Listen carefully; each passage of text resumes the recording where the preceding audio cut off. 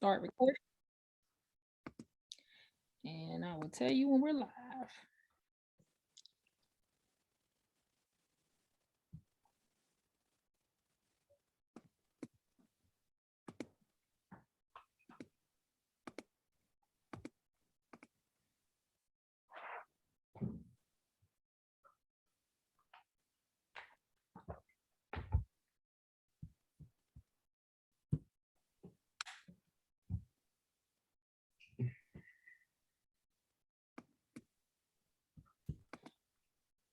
Well, hello, everyone. My name is Kathy Greggs. I'm the co-founder and president of Fayetteville Police Accountability Community Task Force. Tonight, we have Meet the Plaintiff and Gerrymandering here in North Carolina. We all know about the maps. We did several different redistricting forums on where are our maps, why the maps are so messed up here in North Carolina, why are we still going through gerrymandering, redlining, and racism. However, tonight, we have our board members conducting a whole discussion with Common Cause North Carolina, Michael Spencer, as well as another plaintiff that actually played a part in the lawsuit for the maps where we are now. I have our board member, director of immigration rights here for Fayetteville PACT, Manny Diaz, and then I have our other board member, Monique Edwards, board member at large here at Fayetteville PACT. So tonight we're going to discuss where are our maps and why the maps so messed up and why we still going through Jim Crows and gerrymandering. So I will pass the floor to them and I will look in the chat to see if anyone has any questions. If you have some questions offline, please put it in our Facebook inbox and we will get back to you, but we will also make sure you have access to the link as well as for North Carolina Common Cause, and you can discuss that offline. But if you have a huge question, don't do that in the chat.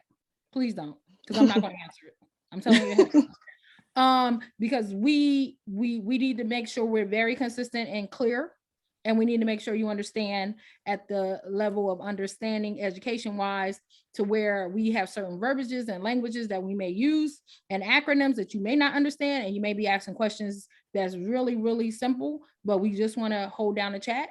So we appreciate you coming tonight, and go ahead and start off, my moderators.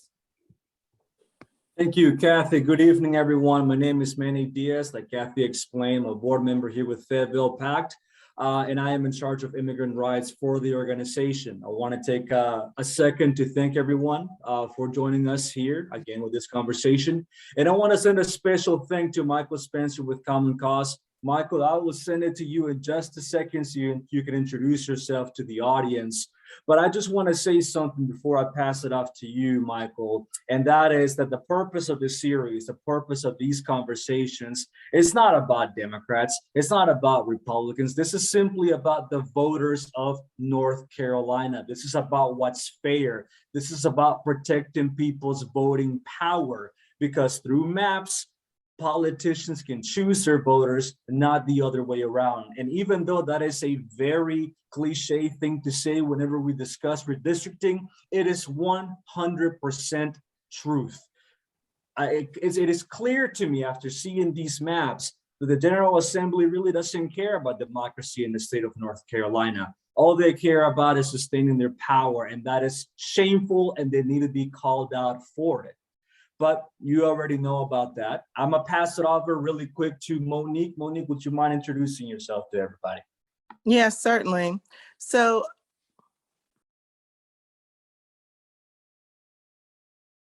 I think you would unmute.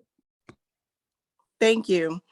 Good evening, everyone. My name is Monique Edwards. I'm board member for Fayetteville PACT, and I am glad to see that everyone has tuned in so that we can discuss how North Carolina not only had a series of gerrymandered maps, but how this is a consistent thing that comes out of our state, and that it is time for the people of North Carolina to really be tired of consistently having to revisit this particular issue throughout our courts. And I also think that the voters can get easily confused, and what it does by creating not really fear in voters, but frustration in voters around where their districts are going to be, who they're going to have an opportunity to vote for, which is their right to vote for their candidate. What we're really experiencing here in the state of North Carolina is, as Manny stated, is a what I call, greed, indifference, and arrogance, right? We have people who want to maintain power as much as they possibly can, and it's really centered around a very selfish motive.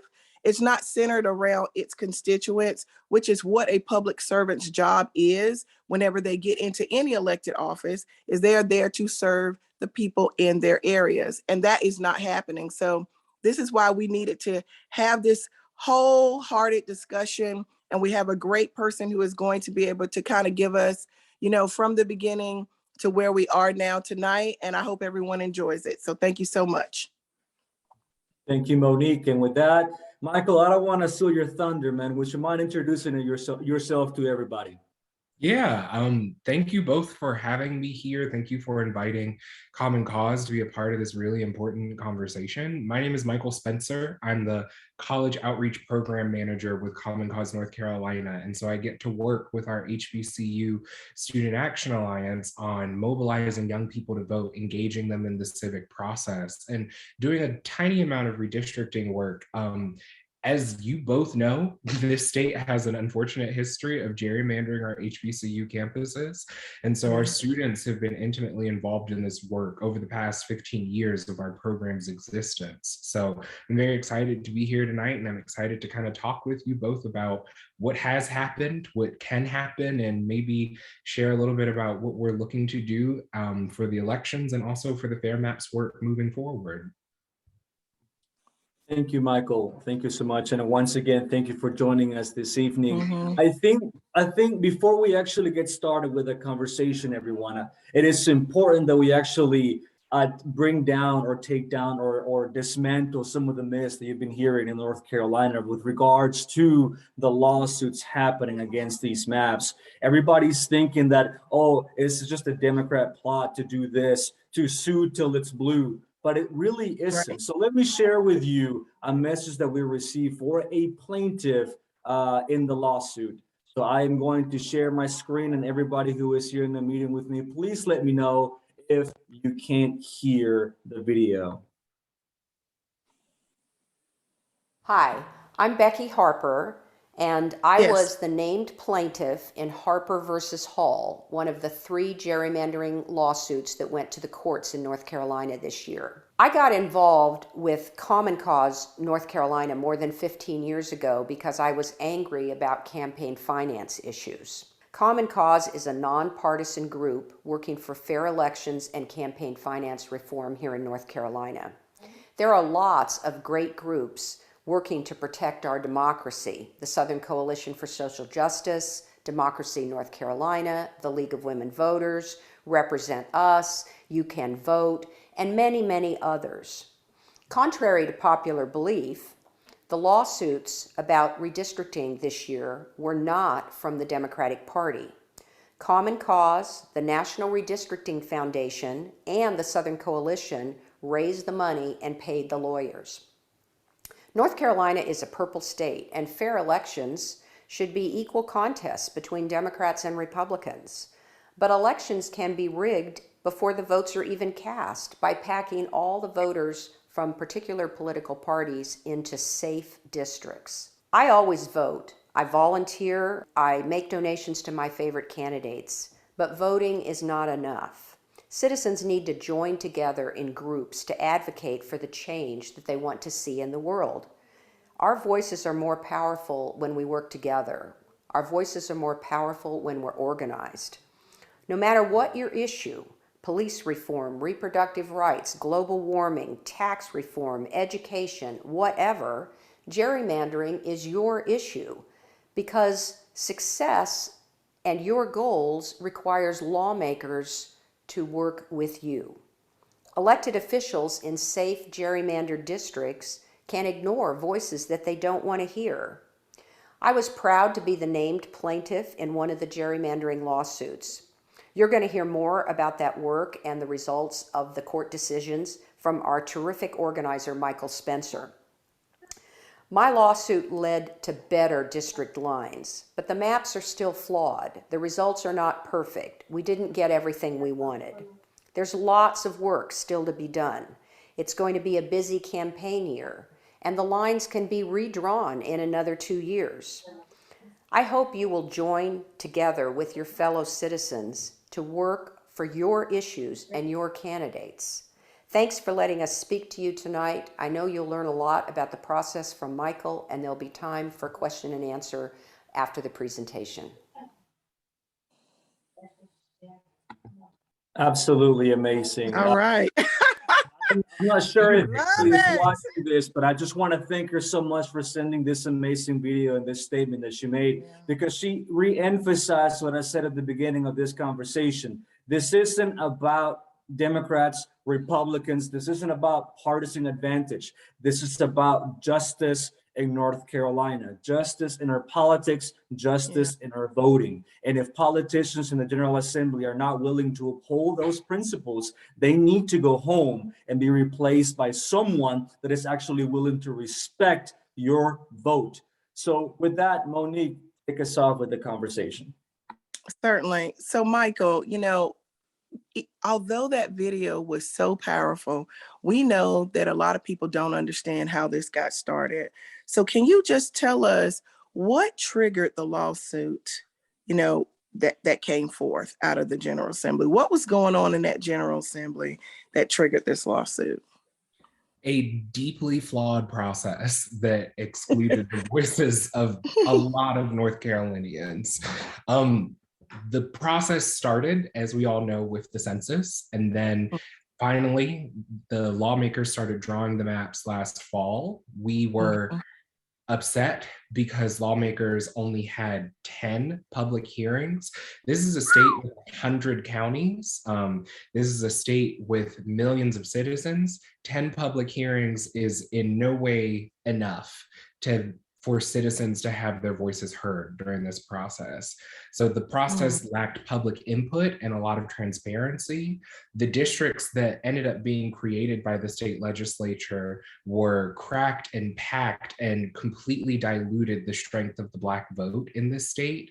So we approached the lawsuit from that place, and our lawsuit was a partisan gerrymander challenge, but noted that legislators failed to follow the Voting Rights Act. So there were a whole lot of things that led us to the position of being like, you know what, we got to take it to court, because at the end of the day, this is just an incredibly flawed process and the voices of citizens just aren't being heard.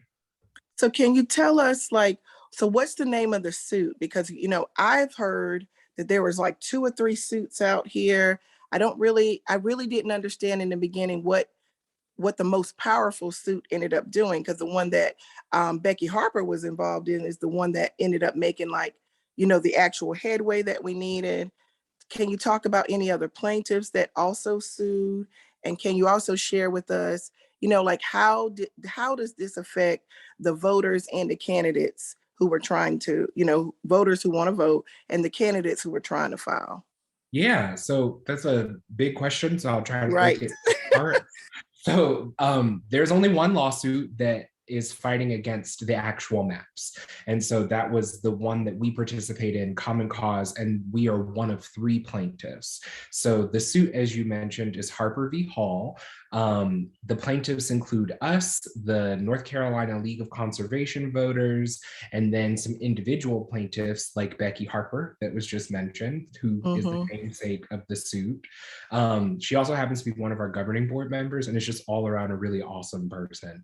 Right. So the named defendants in the case are Speaker of the State House, Tim Moore, and then the leader of the State Senate, Phil Berger. And so the Republican chairs of the State Senate Committee and House Redistricting Committees were also defendants in the suit. So there, like I said, only one suit that actually was going against the maps that were drawn. The way that this affects voters and candidates and just like citizens writ large is more complicated. So we in the state, we unfortunately have a really bad history of gerrymandering.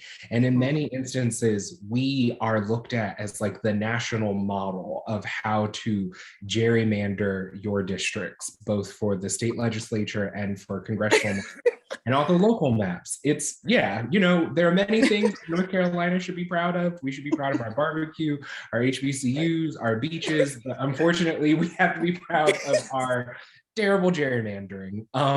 And so the way that this impacts people is broad. One of the ways that people don't think about is that it impacts your tax dollars. The litigation and also the fights against this have cost taxpayers in North Carolina over $11 million.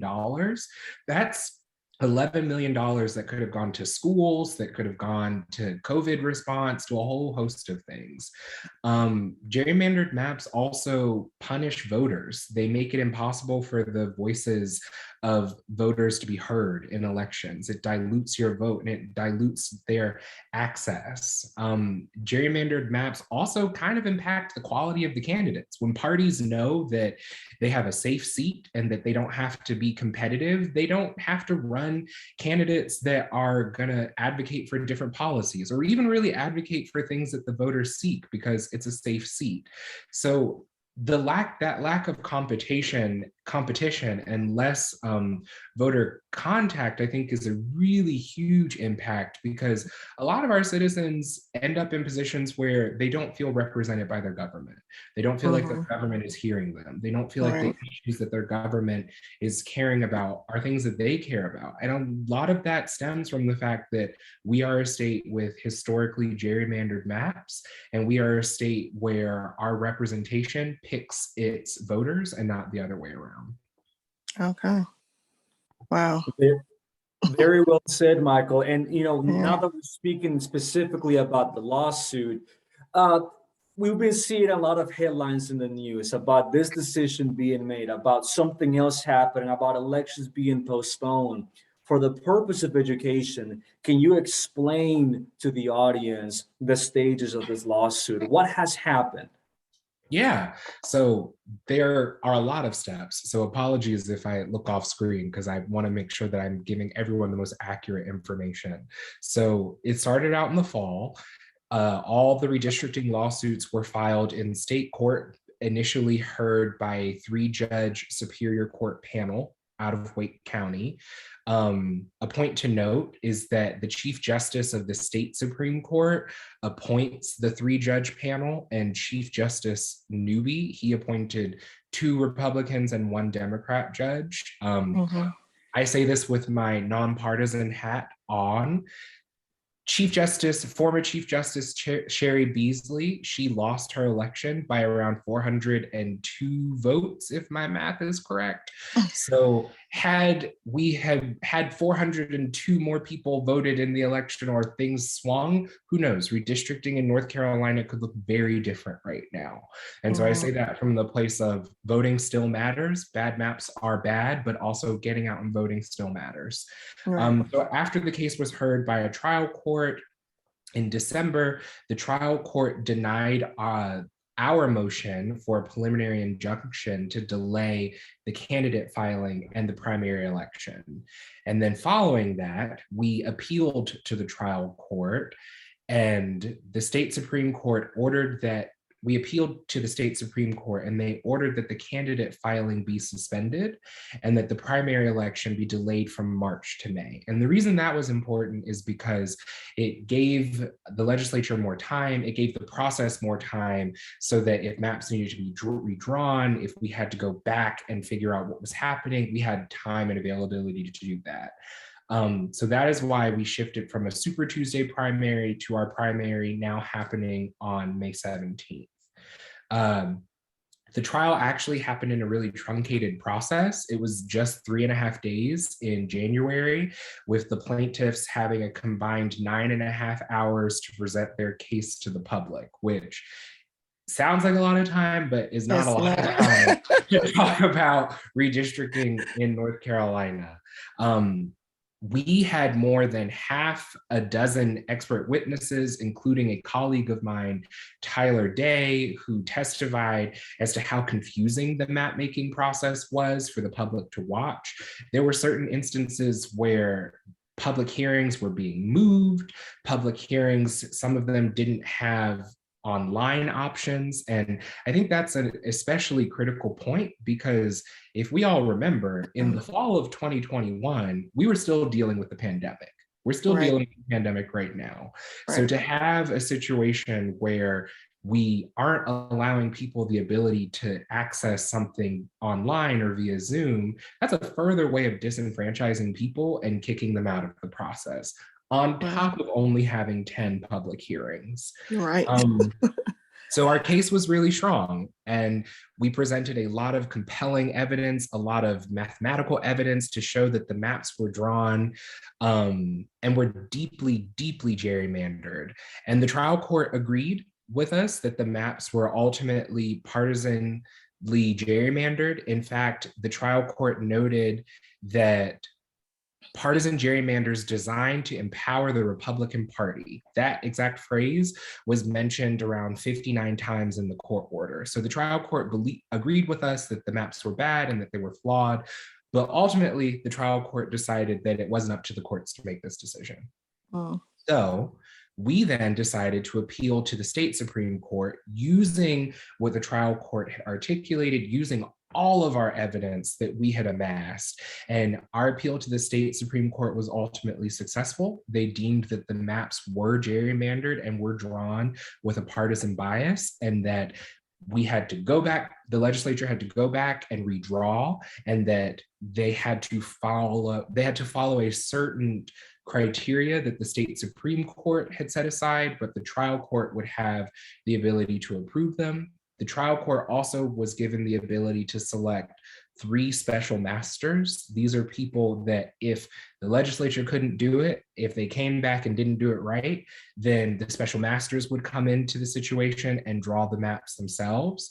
And I think another point that is important to note here is that the state Supreme Court decision was precedent setting, because one of the things that also articulated was, after the legislature drew the maps, they had to then provide their data and their evidence about why they came up with the maps that they came up with.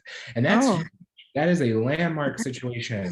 And so that, I think, is also game changing and kind of includes more transparency into the process.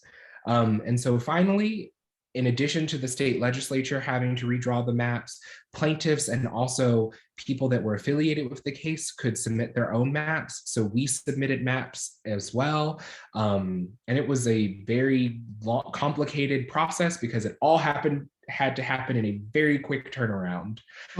So finally, the maps that have been now approved, they're not perfect. They are better than what they were. We still have a lot of fight left in us, but we are happy that the maps that are being put forward now were not the original gerrymandered maps. So still bad, but not as bad as they could have been. I'm sorry, Monique, I just want to step in and kind of just highlight something really quickly. I want to appreciate the fact that you highlighted how processes can really negatively impact voters. And that it's something that we try to explain whenever we have conversations like this, if we have a rally or we're doing, community outreach, right? Is that things that kind of happen in the background. They're not really in your face, but they can impact things that are very clear to you as a voter. For example, whenever the maps were released, if you remember, everyone watching, there was a period where you can actually respond to the maps, but that process was completely flawed from the very beginning. There was not enough time to analyze the maps. Not only that, but I had to drive to Wilmington to make a statement. Now, I drove to Wilmington before whenever they were doing the 10 hearings, an auditorium at UNCW that was packed, and that initial hearing only had 5 people, myself included, whenever I came to responding to the maps. Not enough time, not enough notice. Clearly, it was meant as a way of them saying, we did it, that's it, but there really wasn't any quality whenever it came to sustaining an adequate process for people to respond to these maps. I'm sorry, Monique, but I just had to say that. No, and I No. think that, oh, Yeah, no, I was gonna say no, go off, son, because that was exactly what I was thinking as well. I'm gonna defer to Michael because I do want to, because I was listening to him discuss the plaintiffs, the defendants, right? So I don't want to move from the vibe. So I'm gonna let Michael talk, and then I'm gonna come in there because I heard you say some things that I want to get into. So I'm gonna let you go. I'm gonna let you yeah. speak. And I think, Manny, you bring up a really good point. It is all about the process. I mean, I go back to, we are a state of 100 counties, millions upon millions of citizens. 10 hearings is in no way enough for people to be able to fully engage this process. Right. And not just that, we are also doing this at a time where people are spread thin. It is COVID.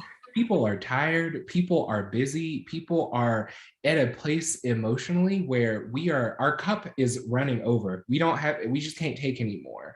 And so for us to be in a situation where our government doesn't reflect that, where our government doesn't recognize that, and then still, in fact, uses that to its advantage, uses the fact that people are spread too thin to hide things, to be secretive. It's really flawed. And I think that the process, it's important to continue to highlight that, because one hearing after the maps were drawn was not enough. 10 hearings before the maps were drawn were not enough. Right. And especially given the fact that there's a huge gap in transportation issues in the rural areas, right? So we all know this. I mean, no one is unaware of the transportation deficiencies that happen in the rural area. And to give, 10 hearings for 100 counties, I mean, even mathematically, that doesn't make sense. But speaking of some things that don't make sense, I heard you when you were talking about those defendants, and I heard the name Berger. And I'm thinking to myself, okay, so I know I've read many news articles that discussed how Phil Berger, the father, was a named defendant, but I'm also hearing, that our North Carolina Supreme Court Justice Phil Berger Jr., his son, made a decision to vote on this particular case. And, I hear, many Republican leaning judges saying fair, right? But they never say impartial. So how is it possible that a judge who is, intimately related would be allowed to even vote on such a thing? Because it's not possible for him to be fair. It's not possible for him to be impartial. So how does that work?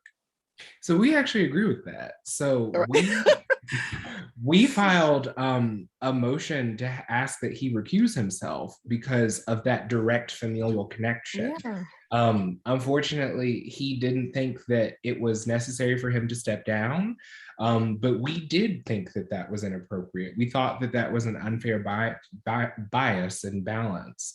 And instead, defendants also chose to argue that Justice Anita Earls and Justice Ervin should recuse themselves because Ervin is in an election year. He chose to not recuse himself. And Justice Earls, the attacks against Justice Earls were because of her previous involvement with the Southern Coalition for Social Justice. So it is unfortunate that Justice Berger decided to not step down or recuse himself, but unfortunately, it is what it is what I would have to say. But no, we definitely thought that that was an inappropriate relationship. And we thought and we wanted to see him recuse himself. But how did he vote? Well, he voted, he did not vote in our favor. So let's say that. I don't know why that was. I'm not an attorney. I was not intimately involved in the case in that way, but he did not vote in our favor. Yeah, understood. I think we could have seen that coming, right? We could have seen that one coming. So and Michael, changing the tone of the conversation just a bit, because I really think it's important now that we've criticized the process, we've criticized some of the issues that we clearly saw on the bench, right? Right. I think if we can get a little bit more technical, again, for the purpose of education, Can you explain, and this is a very loaded question, I apologize. Can you explain what were the practices utilized to draw the original maps here in North Carolina? And how common were those practices done? And can you just explain the issues or the main arguments against what was done? Yeah, so I'm also going to preface my response with Common Cause is a nonpartisan organization. Right. And that is something that we take very seriously. Mhm. Democrats gerrymander, Republicans gerrymander, independents gerrymander. People that have power are going to gerrymander because they're going to try to protect their power. But in response to your question, so our litigation actually revealed that there were secret concept maps that Republicans used to draw the maps in November, despite their claim that all of these maps were being drawn in public. So we believe that lawmakers crafted the maps in secret, using partisan data, again, despite their claim otherwise. So as we all know, there are very sophisticated technologies today. There are super sophisticated computer programs that can gerrymander maps with, as the saying has gone, surgical precision. So Republicans did that in North Carolina. And like I mentioned, Democrats do the same thing. They've done it in Illinois and Maryland and New York, but in North Carolina, the Republican Party gerrymandered maps, and unfortunately, it was done and it had a disproportionate impact on the Black vote. It packed and cracked the Black vote in parts of the state to dilute its ultimate voting power. And yet again, the entire process was done secretly. So it goes back to that transparency process part where it's nice that there's this big show and song and dance of transparency and conversation, but what are you actually doing behind closed doors? And so that was some parts of the process that our litigation revealed, and ultimately, I think, helped us see success at the state Supreme Court. Okay. So do you think we're just going to always be, fighting against gerrymandering no matter what happens and who's in power?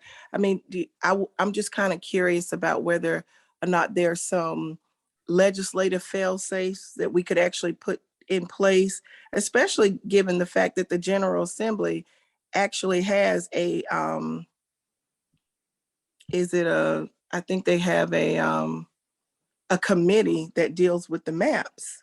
So is there any form of legislation you might recommend, or, just what might come out? Because, this is exhausting to have to consistently go through this. It's incredibly exhausting. And I mean, this is our second court case around this. In 2019, we had a case that made its way all the way to the United States Supreme Court, Common Cause v. Rucho. So it's incredibly exhausting to have to go through this. And yet again, it's expensive to taxpayers in the state who paid millions upon millions of dollars for litigation, all because the state legislature can't get its act together. Right now, the litigation that we have has given us a brief respite. The maps are not perfect. They are better, but yet again, they're not perfect. So we will have to go through this, unfortunately, again. But until this process is taken from the hands of legislators, this is what we're going to have to go through. The ultimate goal is to get to a place where we are doing what states like California is doing, where our maps are being drawn by nonpartisan commissions, and it's taken out of the hands of the lawmakers who ultimately shouldn't have a role in this. They shouldn't get to decide who gets to vote for them. That is just fundamentally wrong to the principles of democracy. Okay. I do. That's a very good point there at the end, Michael. And I really want to hold off in that thought until later on in the conversation. But I think, talking a little bit more about specifics, one distinction that we should make, and please correct me if I'm wrong, is that the lawsuit predominantly focused on the congressional, right, for U.S. Congress. Is that correct? And if so, what is the perspective or thoughts that organizations have for our state maps? So the lawsuit impacted congressional, state, and district maps. So the current situation with I believe where your question was going with the congressional piece is because I believe that the defendants are trying to appeal to the state Supreme Court around, not the state Supreme Court, the US Supreme Court. And I believe that they're going off of the congressional maps for that. So the state Senate, state House, and district maps are finalized, they're done. And I think that they are trying to move forward with the congressional piece. But to more fully answer your question, no, the maps that we have now will last for one election cycle. And then following that, we will have to go through this process again. But that's why we need fundamental redistricting reform, which is to take it completely out of the hands of legislators. Right. And thank you for clarifying that, Michael. I appreciate it, because I think there's some confusion whenever it comes to discussing these maps and these lawsuits. But with that being said, I think we can push over or talk a little bit more about taking that power away from politicians, right? I really, I truly believe in independent redistricting commissions at the state level, for U.S. Congress, at the local level, the county, you name it. I think it needs to be taken away. Make it happen. Ultimately, they're going to care about their own personal interest, not democracy and the rule of law here in the state and across the country. So, Michael, can you speak about where that battle is at in the state of North Carolina? And most importantly, what can people do to actually push for independent redistricting commissions at all levels? Yeah, so I can speak a little bit about the legislative side, because as an organizer, most of my focus is on the grassroots pieces. But there are reform bills that we can pass and that Common Cause and other state partners have advocated for. We have gotten very close to redistricting reform, but ultimately power is always going to protect power, which is the unfortunate side of this conversation. So advocating for bills that would create nonpartisan redistricting commissions would change the landscape of this state fundamentally. And the way that the citizenry and your listeners can get involved in this fight is calling your legislators, writing them letters, participating in protest, phone banking, doing outreach. When elections happen, make sure you're asking candidates, what are you going to do for redistricting? What are your feelings on redistricting? Don't just vote for someone because they have a certain letter next to their name. Vote for someone with intentionality about what they're actually standing for and what they're doing. And then when they get in office, hold those people accountable. If they get in office and then change it up and don't want to advocate for nonpartisan redistricting reform, don't give them their seat back in 2 years. There are a whole lot of ways that we can be active and informed citizens in this process that can help this process and change the game. It's going to be hard work. I don't want any of your listeners to think that it's going to be something that's going to happen, with the simple or overnight. It's going to be a long and hard battle, but ultimately it's a battle that's worth fighting. Absolutely. And I think also one of the things that we also probably really need the people to understand is you have a whole lot more power than just the ballot box. You do. I mean, just looking at that video with Becky lets you know that you can be, a citizen Jane, right? A regular, everyday person who is affected by what goes on in our General Assembly. And you are willing to say enough is enough. And I'm going to put my foot down. I'm not going to move it. And if we have to sue you to make you do right, that's where we are going to go. And I think people need to personalize these electoral and legislative offenses, right? They need to personalize it and say, I don't want this to happen to me, people like me, like in my area. And once they personalize it, they too can become part of these suits. Because I noticed that Harper, I think she was Harper versus Lewis too, right? This isn't her first suit. So she's pretty, dedicated to trying to make sure that if the only way you're going to listen to us is through a lawsuit, then I'm willing to sue. And that's what it might take that, unfortunately, right? And I think that it is going to be something that is going to require all of us to maintain active participation in democracy. There is the super cheesy and very overused quote that democracy dies in darkness, but it's true. Democracy does die in darkness. And I think that for a lot of us, the past 5 years have been an awakening period for a lot of people in this country. A lot of people over the past 5 years, I think, have finally realized just how messed up and screwed up some of our policies and processes and our government can really be at times. And I am excited because I think we are now at a point where we are awakened, we are ready to go, and we're ready to start fighting. And I hope that we can maintain this energy because, like I said, it's going to be a long fight, and the other side will win when we stop fighting back. Right. So what do you think might be the disconnect? Because, because it's very apparent, like Becky is a person, who believes in her particular cause, right? But, it is, marginalized people of color that this is really going to hammer down on. So what do you think is going to need to be the push to get people of color involved in these lawsuits, involved in pushing for more action? Because I would have liked to have seen, the NAACP file one, right? But that hasn't happened in the state of North Carolina. And I don't quite understand the disconnect as well, considering that they have a legal defense team as well.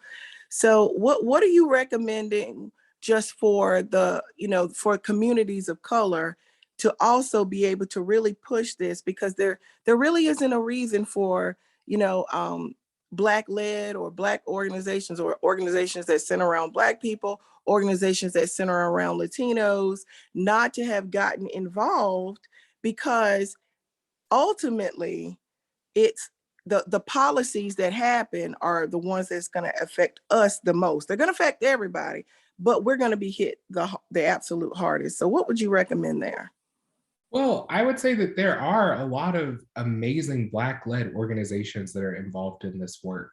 And there are a lot of fantastic Black organizers that are out here in the trenches day in and day out, advocating and fighting for their communities. So I would say that I have been proud to work with a lot of Black-led orgs in this state on redistricting and also just educating people. Advanced Carolina is an example of a group that I could think about because we partner with them on the think tank.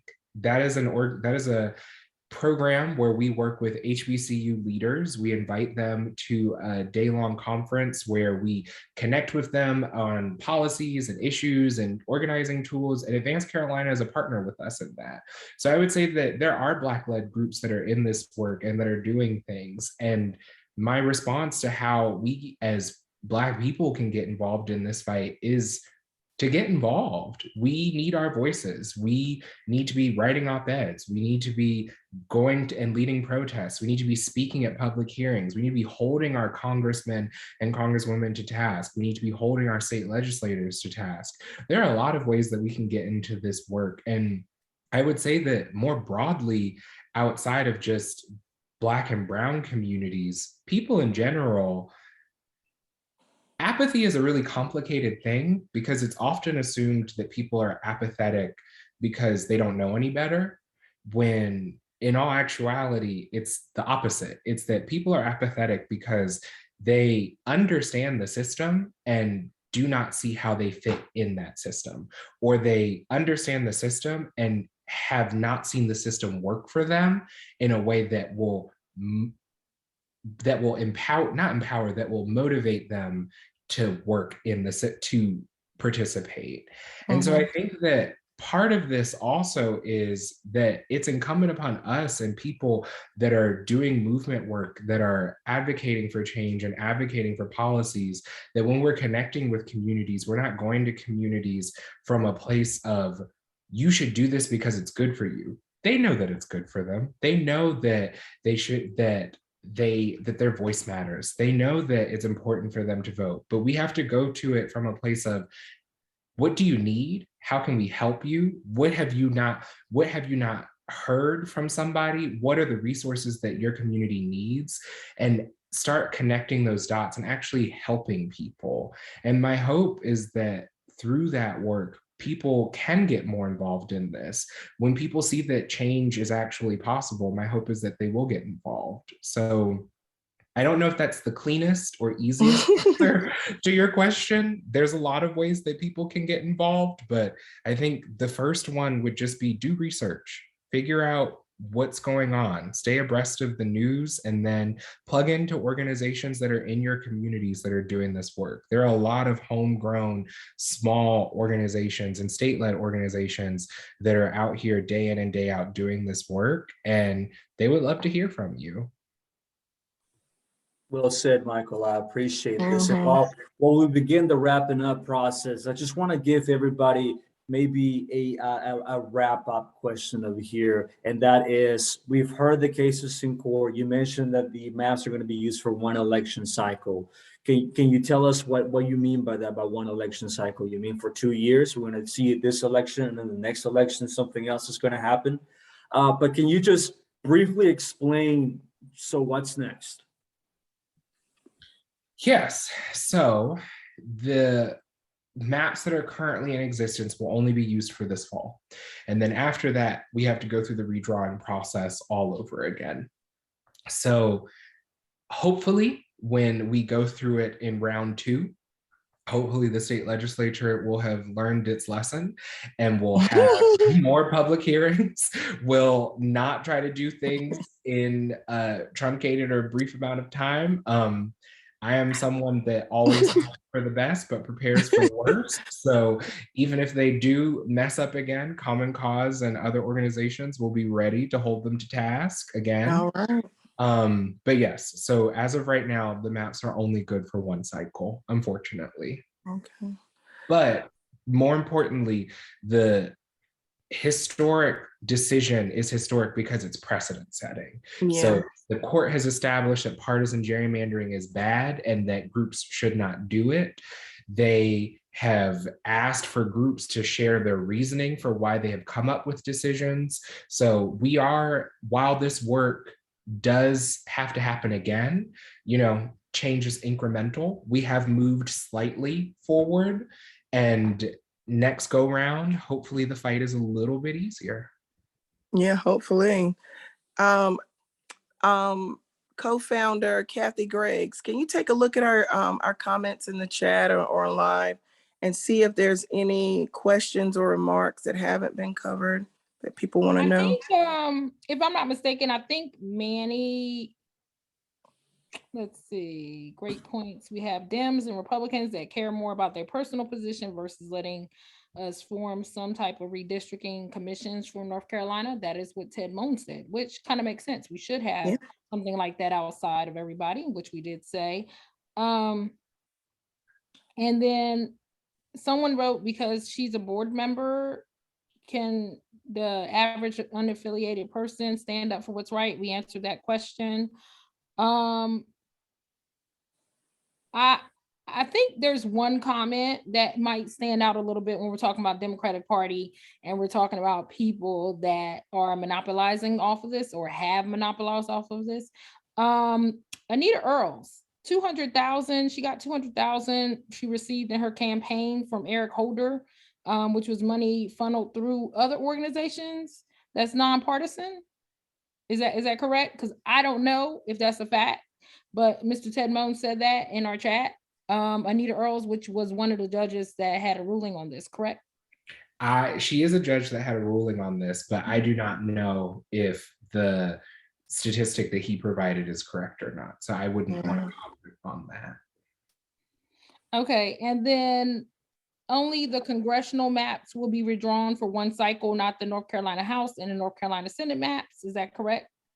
I need to double check on that. My understanding is that I'm pretty sure that it is all 3, but I do need to double check on that. I could have misspoken. So I'll double check that and actually can follow up with your listeners on that. Okay. And then let's see how people can get in contact with you, Michael. But I'm going to ask a question. I want I'm going to make a statement before I close out this, but let's make sure we can have you say how people can get in contact with you. And then also we'll say how they can get in contact with Fayetteville PACT. But let me make sure we understand something. At the beginning of this segment, before some people logged in, we showed a full video of someone from Common Cause that did file the lawsuit, Ms. Becky. I forget her last name. What's her last name again? Harper. Ms. Becky Harper. So you can look up who she is as a plaintiff that filed this lawsuit. But I want to make sure we're clear that what was stated prior to anyone coming into the Zoom is that no Democrats actually filed this lawsuit. Okay, that's first thing. We didn't have the NAACP file it. And we already said that you might want to question who you vote for this next election, because those people that did not come to our aid to assist us as a Democrat or Republican or whatever affiliation you're with, that you might want to question those that you're trying to put in the seat back up for re-election now. Because we know, and I argued the redistricting, that we have personally here in Cumberland County, some officials that drew the map for themselves so they can run for Congress. And we have some people that's running for Congress right now that I don't even know. I'm gonna just keep my comments to myself. But anyway, we have some people running for Congress right now here in Cumberland County and don't have any type of way, shape, or form of showing that they are for the people still. So I highly advise that we turn around the votes this time. Instead of the same people voting every time in Cumberland County, the same people going out to the polls. We need to do a stand-up democracy march at these polls, because the people need to speak, even the disenfranchised, demarginalized people, okay? Even the people that are homeless, that got a homeless ID card, that actually have a license, can go vote. Yes, we need those people at these voting polls, because we cannot forget the people this time. That's democracy is always with the people. And right now, neither party has shown us, not only in North Carolina, but national, that they are fit to do the duties. So the people need to understand that you must vote them out. Yeah. And if you don't vote them out, I don't want to see you complain. Okay? Because I complain, but I want to complain to the person, because y'all ain't doing that. I want to say something. I want to say something that continues to what you're saying over here. And again, I'm defending our nonpartisan stance, especially in Fayetteville PACT, because we don't believe in politicians, we believe in justice. Whenever you called out politicians, Kathy, about them drawing the maps themselves, you have criticized Democrats and Republicans alike. You have called them out both in public. I'm just saying, I care less, race, gender, sex, whatever you are. So I care less. When we say we are nonpartisan, we truly mean it. We mean it. Yeah. And I do want to respond. So it is just the congressional that will be redrawn after this election cycle. So my apologies for misspeaking earlier. I wanted to clarify that before we left tonight. Thank you, Michael. You are exactly right. Everything you said was spot on. We have to vote people that don't represent our interests out of power. And if people show you who they are once they get in office, remember that and don't vote for them. I think that's incredibly important, and it's very critical. Maya Angelou said that people will show you who they are, and you better remember. Yeah. You better remember once they show you. But all these people that's bought, and all these people that black, white folks, y'all know who y'all are, that's up in these offices, get yourself together. And I say to the people that's listening, you need to vote. Because really, every time we go out to the polls as organizations, because Fayetteville PACT be out there too, because we are partners with Black Voter Matters, and we go out to these polls, we go out to the disenfranchised, Shaw Mill Road, B Street, we come out there and talk to people about voting. You know why? Because politicians only go down there to do a photo shoot and then they leave. We have to educate the people. We must educate the people. We must tell them, hey, this is how it will look, and your voice matters. Because if we don't let them know their voice matter, they're just going to walk around and say, you know what, it's whatever, and complain. But ain't nobody really writing no complaints. Ain't nobody writing no ethics complaints. Ain't nobody writing no complaints against the cities. Ain't nobody writing no complaints against the individual person, because they're not responding. Because by oath, they're supposed to respond when you send emails and everything else, just so you know, that is a requirement. However, people don't complain about that. But you want to complain only when you see your sewer overflowing or your trash bin ain't been dumped. Okay. But guess what? You pay the taxes and you pay their salary. So you decide when you want to vote somebody in because you pay that salary. And we just paid for this whole court. Do you know that? We paid for meetings. Do y'all realize our taxpayer money paid for this? And we're going to pay for it again and again and again and again. And have already paid $11 million towards. There we go. There we Like- go. We're paying for this, people. We're paying for this out of our money. And then you wonder why your property tax went up. Then you wonder why your city tax went up. Hello, you're paying for it. So if you're going to pay for it, I say you vote for the people in. It's the same way as you get a job. You get fired if you don't do your job. Hello, what's the problem? Yeah. This is Real self-explanatory. Real quick, Michael, who defended the defendants? I don't actually know. I can't recall the name of their firm, but our representation was the Southern Coalition for Social Justice, who is fantastic. So another amazing organization that your listeners should start following and go support. They are a fantastic organization. Yeah, it would be interesting to know if it's the same law firm that was in the last case and this case and just has a history of defending. You know, it would be interesting to know that. Maybe we'll do a segment on that one. I have the 1 second. All right. He's dropping a golden nugget. Yeah, because we love some good trouble because people need to know the truth because the truth is always hidden, but we're going to definitely explore the truth. Sorry, I have one of the court rulings in front of me. All right, tell it. And I'm looking to see the attorney's list. All right.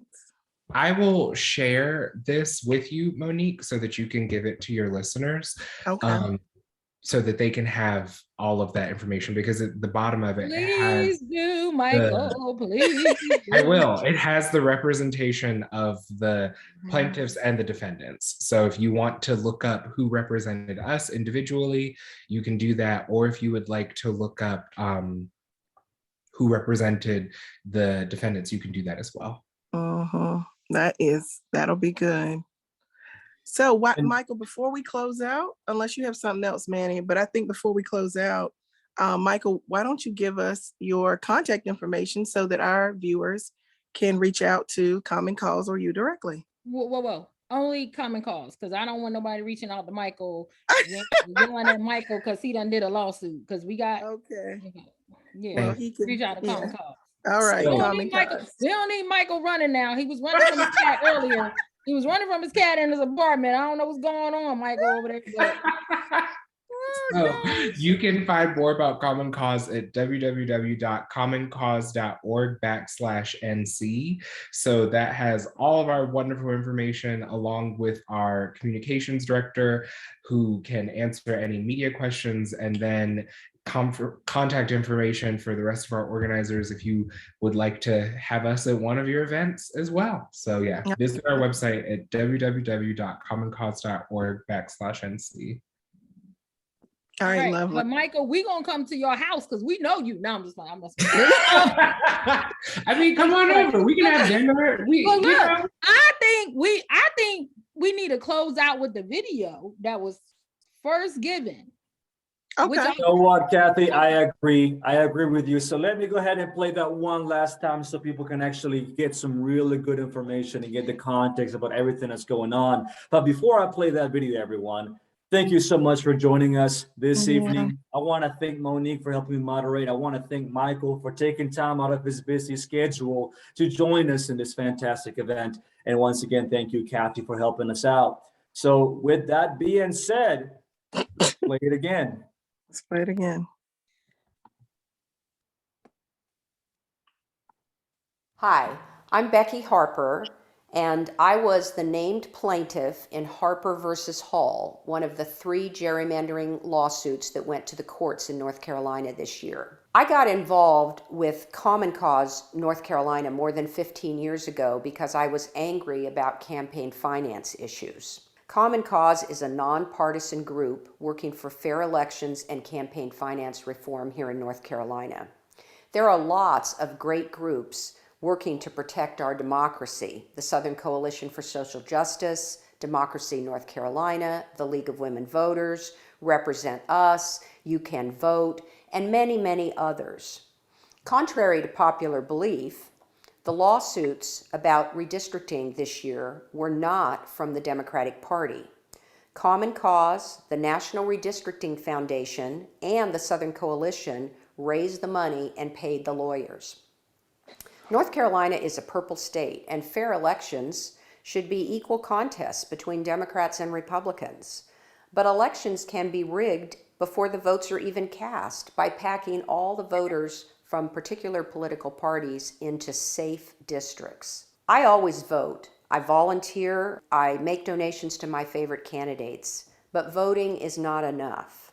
Citizens need to join together in groups to advocate for the change that they want to see in the world. Our voices are more powerful when we work together. Our voices are more powerful when we're organized.